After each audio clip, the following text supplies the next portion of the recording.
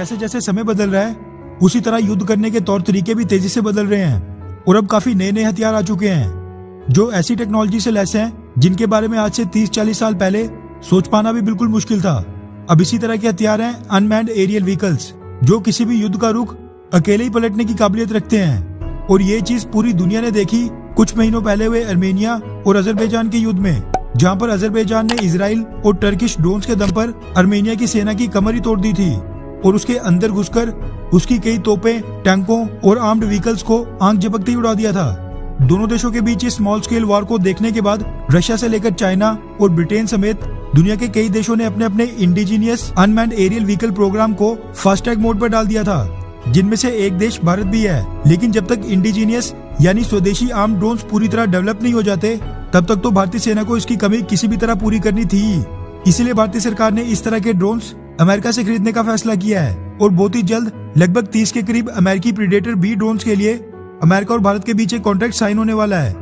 मगर उनकी डिलीवरी भी शुरू होते होते 3 से 4 साल लग जाएंगे। इसलिए तब तक इनकी कमी को पूरा करने के लिए भारतीय सरकार ने इस तरह के ड्रोन्स को लीज यानी किराए पर लेने का फैसला किया है, जिसके तहत पिछले साल अमेरिका से 2 सी गार्डियन प्रीडेटर ड्रोन्स लीज पर लिए गए थे। और अब ये खबर निकल कर आ रही है कि भारत ने अमेरिका के बाद इजराइल से भी कुछ इसी तरह के ड्रोन्स लीज पर लेने का फैसला किया है। दरअसल लाइव मिनट के हवाले से एक एक्सक्लूसिव मीडिया रिपोर्ट सामने निकल कर आ रही है कि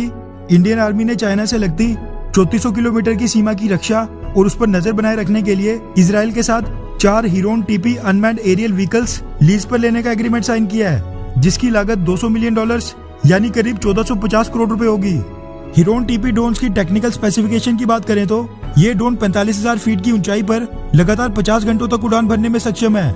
वहीं इनका maximum take off weight 5400 kg यानी 5400 kg है और ये अपने साथ 2700 kg का पेलोड यानी मिसाइल्स, बॉम्ब्स वगैरह अपने साथ ले जा सकते हैं और इसकी मैक्सिमम स्पीड 407 किलोमीटर प्रति घंटा है। भारत ने इस तरह के 10 हीरोन टीपी ड्रोन्स पहले भी इजराइल से खरीदे हुए हैं जो आज भी सर्विस में हैं। वहीं इस डील की खास बात यह है कि इजराइल भारत को ये चारों ड्रोन्स इमरजेंसी परचेज के तहत रिकॉर्ड टाइम के अंदर डिलीवर करने वाला है